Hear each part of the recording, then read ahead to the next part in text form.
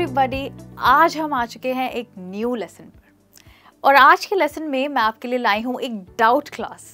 Doubt class का मतलब ये है कि ये वो क्लास है जिसमें मैं एक ऐसा डाउट क्लियर करने वाली हूँ जो हर स्टूडेंट मुझसे पूछता है, क्योंकि हर स्टूडेंट ये गलती भी करता है। मेरे बहुत सारे स्टूडेंट्स हैं जो हर वर्ब के साथ प्रेजेंट कंटिन्यूअस में ing लगाते हैं। इतना ही नहीं, वो प्रेजेंट में ही नहीं, पास्ट में और फ्यूचर में भी ing लगाते हैं, like I am knowing her well और she is having dinner well. क्या आप जानते हैं कि कुछ ऐसी वर्ब्स हैं इंग्लिश की जहाँ पर हम ing बिल्कुल नहीं लगा सकते? जी हाँ, चाहे हमारा सेंटेंस प्रेजेंट के बारे में क्यों ना हो, चाहे वो एक कंटिन्यूअस एक्शन के बारे में क्यों ना हो, पर फिर भी हम वहाँ पर ing नहीं लगा सकते हैं। आज मैंने कुछ ऐसी कॉमन वर्ब्स पिक की हैं जो ऐसी वर्ब्स हैं जिनमें हम ing बिल्कुल नहीं लगाते हैं। तो आइए शुरुआत करते हैं इस लेसन की मेरे साथ। मेरा नाम है Michelle and you are watching me on Learnex, जहां हम सीखते हैं इंग्लिश थ्रू हिंदी। तो अब हम देखते हैं हमारा पहला sentence, this coat feels nice and warm. तो ing और नो ing? वेल, जैसे आप यहाँ देख सकते हैं इस सेंटेंस में मैंने ing नहीं लगाया। इस सेंटेंस का मतलब है कि ये कोट जो है बहुत अच्छा, सॉफ्ट और गर्म महसूस होता है। यहाँ पर मैं सेंस की बात कर रही हूँ। सेंस का मतलब होता है जब आप कोई चीज़ फील कर सकते हैं, आप कोई चीज़ देख सकते हैं, या कोई चीज़ सुन सकते हैं, या कोई चीज़ सूंघ सकते हैं, उनको हम सेंसेस यूज बोलते हैं। रिमेंबर, आपने साइंस में स्कूल में पढ़ा होगा 5 सेंसेस। यहाँ पर मैं उन्हीं सेंसेस की बात कर रही हूँ। So this coat feels nice and warm. तो जिस समय मैं बोल रही हूँ मुझे ये कोट बहुत सॉफ्ट महसूस हो रहा है। जी हाँ, मैं प्रेजेंट कंटिन्यूअस की बात कर रही हूँ, पर मैंने यहाँ पर सिर्फ फील्स का इस्तेमाल किया है। वो इसलिए क्योंकि अगर मैं कहूँगी this coat is feeling nice and warm, तो इसका मतलब हो जाएगा कि कोट को बहुत अच्छा महसूस हो रहा है, जो कि गलत इंग्लिश है। क्योंकि मैं कहना चाहती हूँ कि मुझे कोट सॉफ्ट महसूस हो रहा है, ना कि कोट को बहुत सॉफ्ट और गर्म महसूस हो रहा है। So do remember, feel verb के साथ अब ing नहीं लगाएंगे। ओके, तो यहाँ पर हमारा सवाल है ing और नो ing, और इसका जवाब है नो ing विद फील, जहाँ पर मैं सेंस की बात कर रही हूँ, यानी कि जो आप महसूस कर रहे हैं। हमारा नेक्स्ट सेंटेंस है Raju's feeling much better now. Michelle, what are you saying? ये क्या कह रही हो तुम? पिछले सेंटेंस में तुमने कहा कि फील के साथ ing नहीं लगाएंगे, यहाँ पर तुम कह रहे हो Raju's feeling much better now. Why? Well, वो इसलिए क्योंकि इन दोनों सेंटेंस में हमने फील वर्ड का मतलब अलग अलग तरीके से यूज़ किया। जैसे कि मैंने बताया, इस सेंटेंस में फील का मतलब है सेंस, यानी कि कोई चीज़ जिसको आप महसूस कर सकते हैं, टच कर सकते हैं। यहाँ पर फीलिंग का मतलब टच से जुड़ा हुआ बिल्कुल नहीं है। यहाँ पे फीलिंग का मतलब है जुड़ा हुआ हेल्थ से। जी हाँ, तो अगर आपके कोई दोस्त बीमार हैं, आप कह सकते हैं he is feeling much better now, तो वहाँ पर आप ing का इस्तेमाल करेंगे। सो यस ing जब हम हेल्थ की बात कर रहे हैं, एंड नो ing जब हम फील एज इन टच की बात कर रहे हैं, राइट? सो आई होप आपका फर्स्ट डाउट फील वर्ब से रिलेटेड क्लियर हो चुका है। अब हम देखते हैं हमारा नेक्स्ट वर्ब। हमारा नेक्स्ट वर्ब है सी, यानी देखना। अगेन ये एक सेंस है, राइट? सेंस का मतलब देखना। आई can see Sharad in the garden, यानी कि मैं शरद को गार्डन में देख सकता हूँ। ओके, यहाँ पर हमने ing का इस्तेमाल नहीं किया है क्योंकि हम सेंस की बात कर रहे हैं, और सेंस की वर्ब्स के साथ हम अक्सर ing का प्रयोग नहीं करते हैं। सो जस्ट लाइक फील्स, हम कहेंगे see, I can see Sharad in the garden. Okay, so इसका जवाब होगा no ing with see, because ये एक सेंस का वर्ब है। अब देखते हैं अपना next sentence, I am seeing Sharad later. What? Again ing with see, पर ये तो एक सेंस वर्ब है। बट जस्ट लाइक फील, हम यहाँ पर सीइंग को देखने के लिए नहीं इस्तेमाल कर रहे हैं। I am seeing Sharad later का मतलब है मैं शरद से बाद में मिल रहा हूँ। Amazing, right? इंग्लिश कितनी अमेजिंग लैंग्वेज है। यहाँ पर सीइंग का मतलब है meeting. So I am seeing Sharad later मतलब I am meeting Sharad later. तो हमारे सवाल का जवाब क्या हुआ, ING और नो ING? वेल, अगर आप सीइंग को मिलने से रिलेटेड यूज कर रहे हैं तो yes ING, पर अगर आप सीइंग को सेंस की तरह देखने से रिलेटेड यूज कर रहे हैं तो no ING। So I can see Sharad in the garden but I am seeing Sharad later, मैं बाद में शरद से मिल रहा हूँ। राइट, तो हमारा आज का कंक्लूजन ये है कि सेंस से रिलेटेड मोस्ट वर्ब्स के साथ जैसे कि taste, see, feel, smell and hear, इनके साथ मैं ING का प्रयोग नहीं करूँगी। मैं नहीं कहूँगी I am tasting coffee right now. Okay, आप कहेंगे the coffee is tasting good? No, आप कहेंगे the coffee tastes good. Lovely. इसी के साथ हम आगे बढ़ते हैं और देखते हैं कि एक और सेंटेंस क्या हो सकता है सेंस से जुड़ा। आप नहीं कहेंगे the coffee is smelling good, but आप कहेंगे the coffee smells good. Again, तो इसके साथ आप सीख गए हैं smells,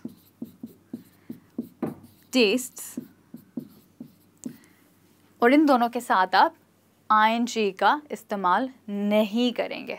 All right, now let's move on and look at our next sentence. I am thinking of moving out. यहाँ पर thinking का मतलब है planning.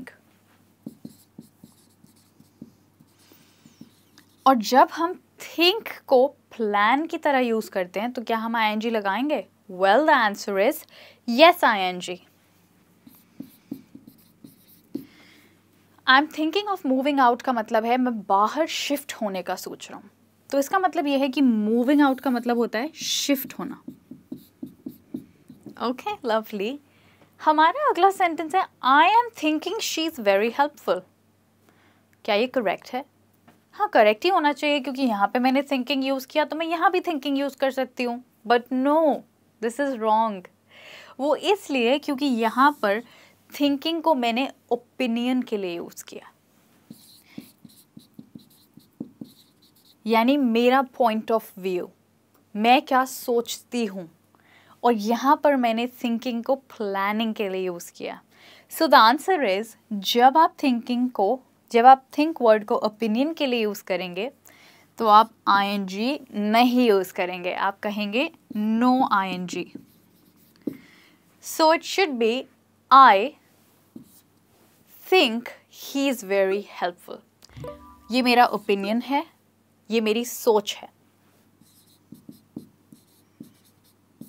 तो मैं सोचता हूँ कि वह काफ़ी हेल्पफुल है। ऑलराइट, अब देखते हैं एक और वर्ब जिसको हम ओपिनियन के लिए यूज़ करते हैं। एज यू कैन सी, वो वर्ब है नोइंग।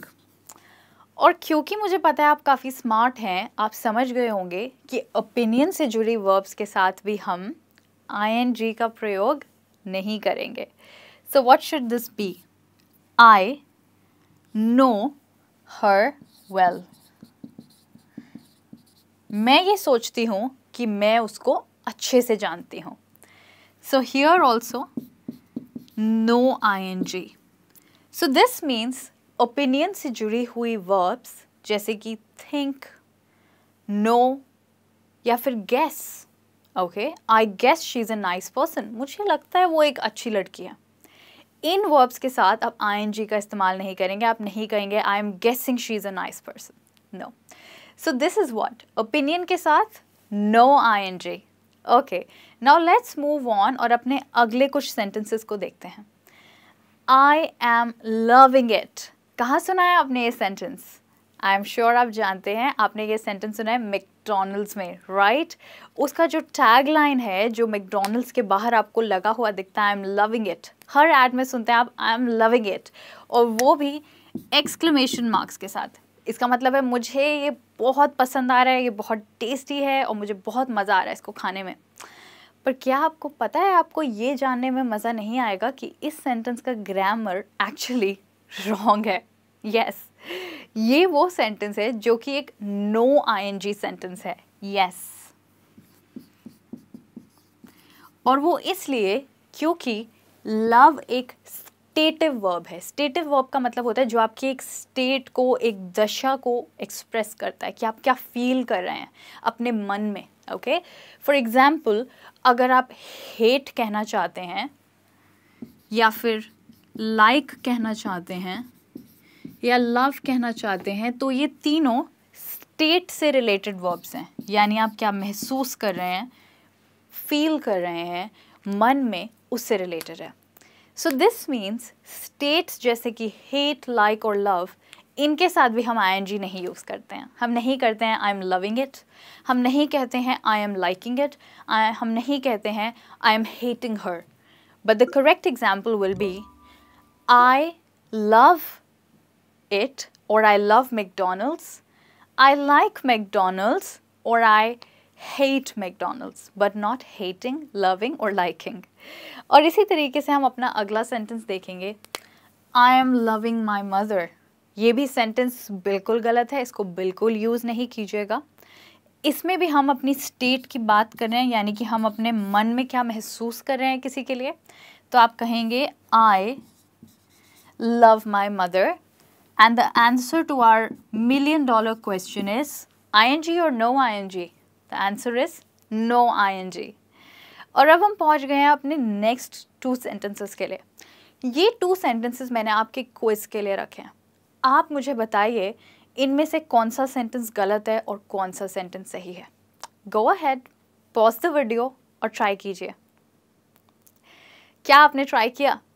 वेल, अगर आपने ट्राई किया है तो आपका जवाब होना चाहिए कि ये पहला सेंटेंस गलत है और दूसरा सेंटेंस सही है। रियली? पर इन दोनों में हमने हियरिंग का इस्तेमाल किया है। वेल, आप काफ़ी स्मार्ट हैं और आप जानते हैं कि हियर एक सेंस है, यानी सुनना, पर हम हियर को कभी भी आईएनजी के साथ नहीं इस्तेमाल कर सकते हैं, राइट? आप कहेंगे I am listening to a song. अगर आप बोलते हुए एक गाना सुन रहे हैं तो आप हियरिंग की जगह बोल सकते हैं I am listening to a song.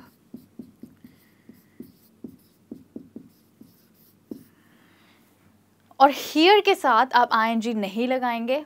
आप कह सकते हैं मैं उसकी आवाज़ सुन सकती हूँ, I am hearing her. No, आप कहेंगे I can hear her, which means the answer to our $1 million question is कि आप hear के साथ, जो कि एक sense verb है, ing नहीं लगाएंगे. So this means no ing because it is a sense verb. और हमारा next sentence है I'm hearing you.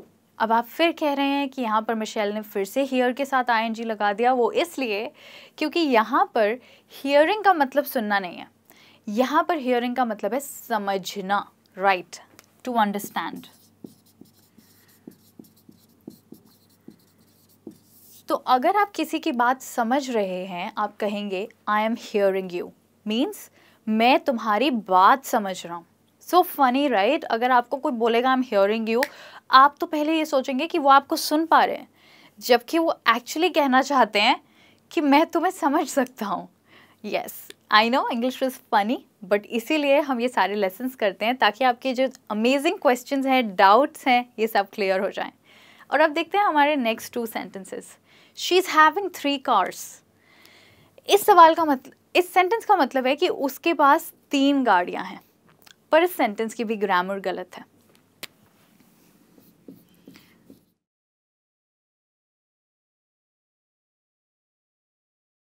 यहाँ पर हम बात कर रहे हैं पोजेशन की. पोजेशन का मतलब होता है जब कोई चीज़ आप ओन कर रहे हैं, यानी जब वो आपकी अपनी प्रॉपर्टी हो. तो 3 गाड़ियाँ आपके पास हैं, वो आपकी अपनी प्रॉपर्टी हैं.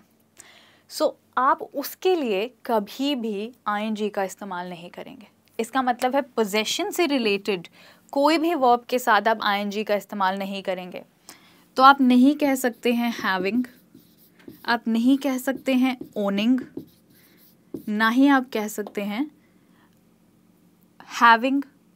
ओनिंग ये दोनों गलत वर्ब्स हैं क्योंकि इनके साथ हम आईएनजी नहीं लगाएंगे. और ऐसे ही एक और वर्ब है बिलोंग, यानी वह मेरी चीज़ है. उसके साथ भी नहीं कहेंगे ing।